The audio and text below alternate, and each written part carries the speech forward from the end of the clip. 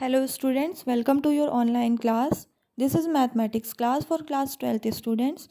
In previous classes we discussed about your chapter 15 which is chapter integration continued. Okay, and हमने इससे related कुछ question किए थे, दो क्वेश्चंस किए थे और हमने कॉन्सेप्ट किए हुए थे. ठीक है बच्चों, आज हम उसी में आगे आपके कुछ कॉन्सेप्ट और बताते हैं. ठीक है, इससे पहले मैंने जो बताया था उससे रिलेटेड क्वेश्चंस आप ज़रूर कर लीजिएगा, एग्जाम्पल और क्वेश्चंस दोनों, एक्सरसाइज दोनों के. ओके, तो देखिए आगे क्या कॉन्सेप्ट है इसके. ये वाला देखिए आप, integral of rational functions of the type p x plus q upon a x square plus b x plus सी.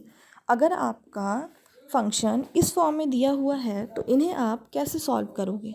ठीक है, if it can not be possible, देखिए यहाँ लिखा क्या है, to express a x square plus b x plus c into linear factor then we can write the numerator p x plus c as the sum of the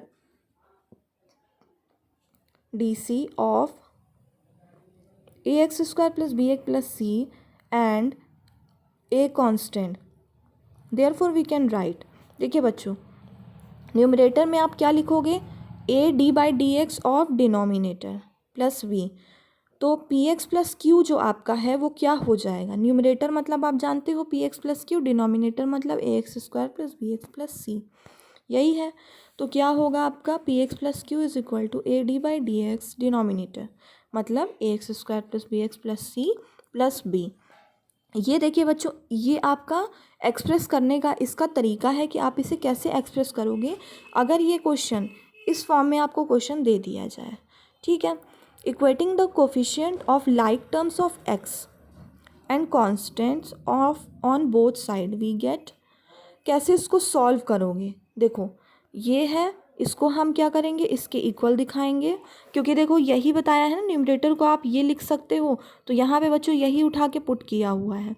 उसके बाद जब आप इन्हें सॉल्व करोगे तो क्या मिलेगा आपको, a x square plus b x plus c को ए के अपॉन में और बी के अपॉन में आप दोनों में, ये देखिए इस तरीके से लिखोगे. Now integration of first fraction is a log numerator and also second fraction can be integrated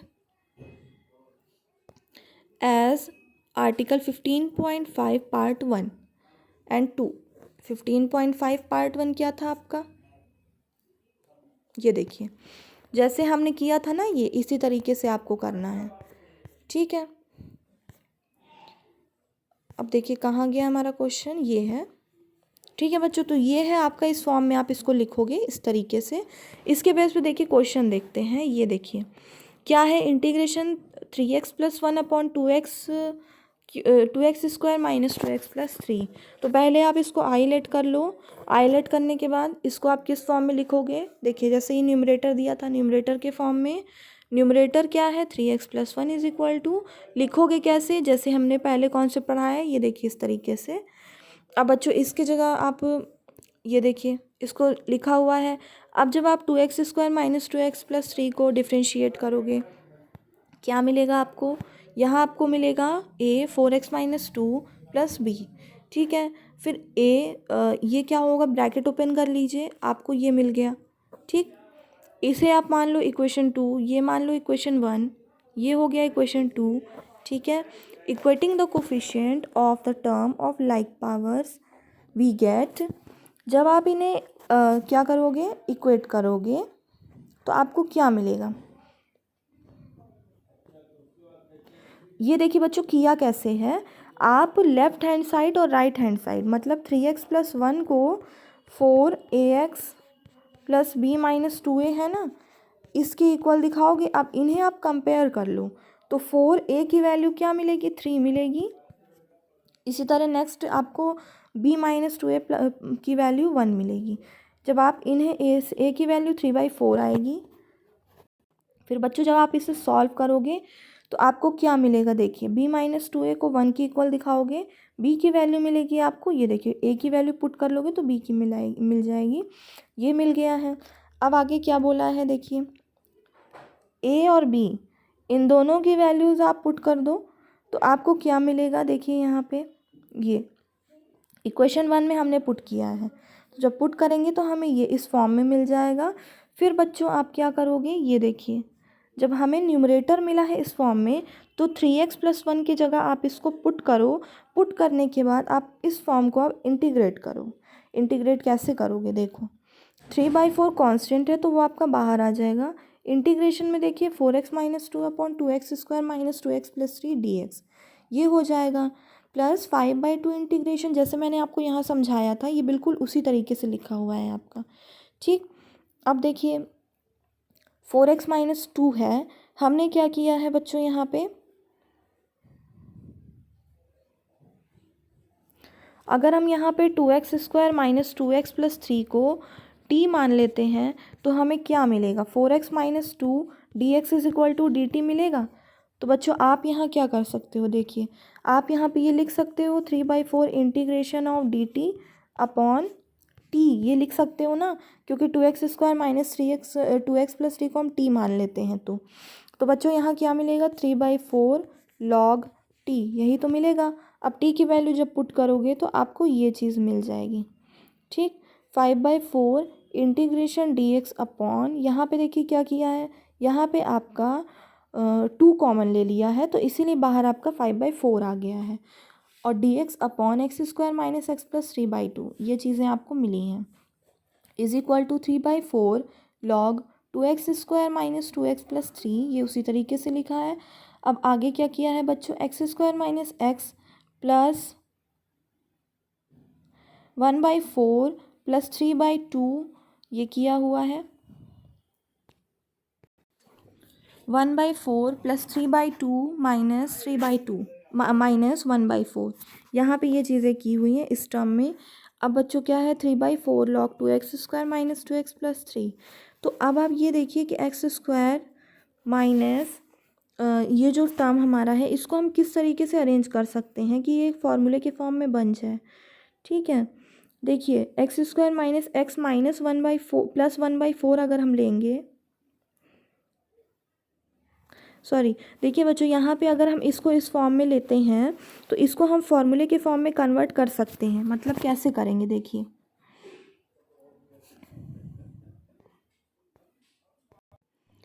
यहाँ पे क्या है, ये आप देख सकते हैं x - 1/2 का होल स्क्वायर प्लस √5/2 का होल स्क्वायर बन जाएगा, अगर हम इसे a + b - b के होल स्क्वायर के फॉर्म में कन्वर्ट करते हैं तो।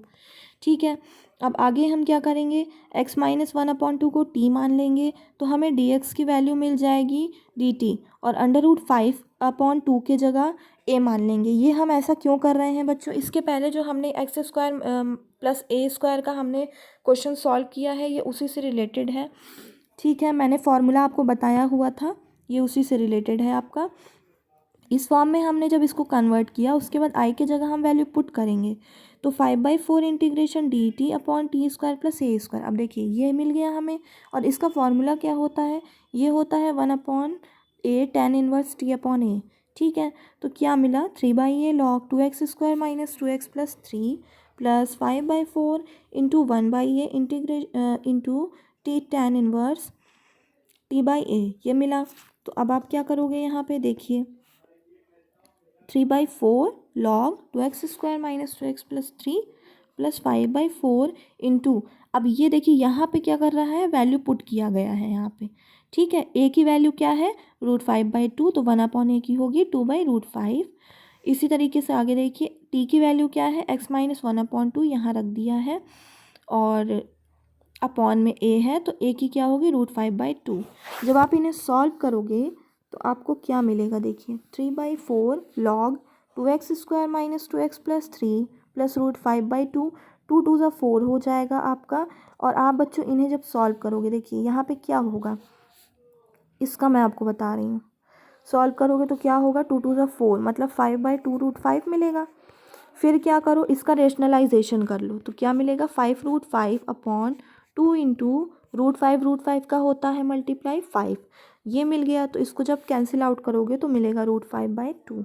यहाँ देखिए यही चीज़ लिखी हुई है, और tan इनवर्स में यहाँ सॉल्व किया गया, 2 कॉमन लिया, मतलब 2 आपका LCM लिया, तो मिलेगा 2x - 1 अपॉन √5, 2 से 2 डिनोमिनेटर वाला कैंसिल आउट हो जाएगा। तो बच्चों ये आपको क्या मिला है, देखिए ये है आपका फाइनल आंसर। इसी तरीके से बच्चों आपको बाकी के क्वेश्चन सॉल्व करने हैं। इससे रिलेटेड, इस कॉन्सेप्ट से रिलेटेड जो एक्सरसाइज के क्वेश्चन हैं उन्हें आप, एक्सरसाइज और एग्जाम्पल के, उन्हें आप ज़रूर सॉल्व कर लीजिएगा। ठीक है, जहाँ आपको नहीं आता है वहाँ पे आप मुझसे पूछ सकते हो। ओके स्टूडेंट्स, इसके आगे बच्चों अब हम आपका नेक्स्ट कॉन्सेप्ट डिस्कस करेंगे। देखिए नेक्स्ट कॉन्सेप्ट आपका क्या है। देखिए बच्चों आपका नेक्स्ट टाइप क्या है, अब ये देखिए 15.15 ये वाला देखिए आप, integration of the expression of the form. इसमें बच्चों देखिए हर फॉर्म के लिए इंटीग्रेशन का आपका कॉन्सेप्ट दिया हुआ है। ठीक है, अगर इस फॉर्म में दिया होगा 1/a plus minus b x b cos x and 1/a plus minus b sine x, तो इन्हें आप कैसे सॉल्व करोगे इस फॉर्म में अगर क्वेश्चन आपको मिल जाते हैं तो। देखिए, to evaluate such type of integral change the denominator as follows.